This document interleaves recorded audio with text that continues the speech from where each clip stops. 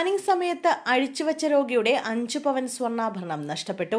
കോഴിക്കോട് വടകരയിലെ baby memorial ആശുപത്രിയിലാണ് സംഭവം. ന്യൂമോണിയ ബാധിച്ച് ചികിത്സയ്ക്കെത്തിയ സമീറയ്ക്കാണ് ദുരനുഭവമുണ്ടായത്. ആശുപത്രിയിൽ ചികിത്സയിലായിരുന്ന സമീറ സ്കാനിങ്ങിനായി എത്തിയപ്പോൾ സ്കാനിംഗ് റൂമിലെ ബെഡിൽ മാല അഴിച്ചുവെച്ചു. പരിശോധന കഴിഞ്ഞ് തിരികെ വാർഡിലെത്തിയപ്പോഴാണ് മാല എടുത്തില്ലെന്ന് മനസ്സിലായത്. പിന്നീട് തിരികെ ചെന്ന് നോക്കിയപ്പോൾ ആഭരണം നഷ്ടപ്പെട്ടിരുന്നു. സമീറയുടെ പരാതിയിൽ വടകര പോലീസ് കേസെടുത്തു. ആശുപത്രിയിലെത്തിയ പോലീസ് ജീവനക്കാരിൽ നിന്നും സ്കാനിങ്ങിനെത്തിയ രോഗികളിൽ നിന്നും മൊഴിയെടുത്തു. അതേസമയം രോഗിയെ ഡിസ്ചാർജ് ചെയ്തെങ്കിലും ആഭരണം കിട്ടാതെ ആശുപത്രിയിൽ നിന്ന് പോകില്ലെന്ന് സമീറ വാശി പിടിച്ചു. പിന്നീട് പോലീസ് എത്തി അനുനയിപ്പിച്ച ശേഷമാണ് ഇവർ ആശുപത്രി വിട്ടത്. ഗുരുവായൂർ ക്ഷേത്ര നടപ്പാതയിൽ മലമൂത്ര വിസർജനം നടത്തുന്നത് ചോദ്യം ചെയ്ത വഴിയോര കച്ചവടക്കാരന് ക്രൂരമർദ്ദനം. വടക്കേനടയിൽ മാഞ്ചിറ റോഡിൽ 7 വർഷത്തോളമായി മുല്ലപ്പൂവും പൂജാസാധനങ്ങളും വിൽപ്പന നടത്തുന്ന ചാവക്കാട് തിരുവത്ര ചീരമ്പത്ത് 66 വയസ്സുള്ള രാജേന്ദ്രനാണ് മർദ്ദനമേറ്റത്.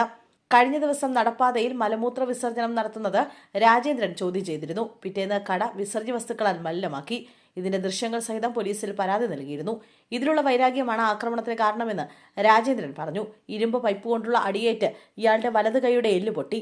തട്ടുകടയും അക്രമി സംഘം തല്ലി തകർത്തു. എന്നിട്ടും പോലീസ് കേസെടുക്കാൻ തയ്യാറായില്ലെന്ന് പരാതിയുണ്ട്. ക്ഷേത്രനടയിലെ തെരുവോരങ്ങളിൽ കഴിയുന്നവർ മാരകായുധങ്ങളുമായി ആക്രമണത്തിന് മുതിരുന്നതായും വ്യാപക പരാതിയുണ്ട്. യാത്രക്കാരുടെ ജീവൻ പന്താടി അതിക്രമം നടത്തിയ ഡ്രൈവർ ജയിലിൽ. നഗരമധ്യത്തിൽ സിനിമയെ വെല്ലും വിധം യാത്രക്കാരുടെ ജീവൻ പന്താടി അതിക്രമം കാണിച്ച സ്വകാര്യ ബസ് ഡ്രൈവറെ ജയിലിലടച്ചു. കോഴിക്കോട് മെഡിക്കൽ കോളേജ് ഫറോക്ക് റൂട്ടിൽ സർവീസ് നടത്തുന്ന ഗ്രീൻസ് ബസ്സിലെ ഡ്രൈവർ പെരുമണ്ണ സ്വദേശി ചോലയിൽ ഹൌസിൽ കെ മജ്റൂഫിനെയാണ് കോടതി റിമാൻഡ് ചെയ്തത്. കഴിഞ്ഞ വ്യാഴാഴ്ച രാവിലെ 10:30 മാനാഞ്ചിറ ബസ് സ്റ്റോപ്പിലാണ് യാത്രക്കാരെ നടുക്കിയ സംഭവം നടന്നത്.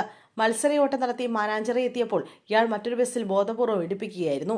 മെഡിക്കൽ കോളേജ് മാറാട് റൂട്ടിലോടുന്ന കീർത്തന ബസ്സിലാണ് മജ്റൂഫ് തന്റെ ബസ് ഇടിപ്പിച്ചത്. സമയക്രമത്തെ ചൊല്ലിയുള്ള തർക്കമാണ് അതിക്രമത്തിന് കാരണം. ഇരു ബസ്സിലും യാത്രക്കാരുള്ള സമയത്താണ് ഡ്രൈവർ ഈ അഭ്യാസ പ്രകടനം നടത്തിയത്. സംഭവത്തിന്റെ വീഡിയോ ദൃശ്യങ്ങൾ സമൂഹ മാധ്യമങ്ങളിൽ പ്രചരിച്ചിരുന്നു.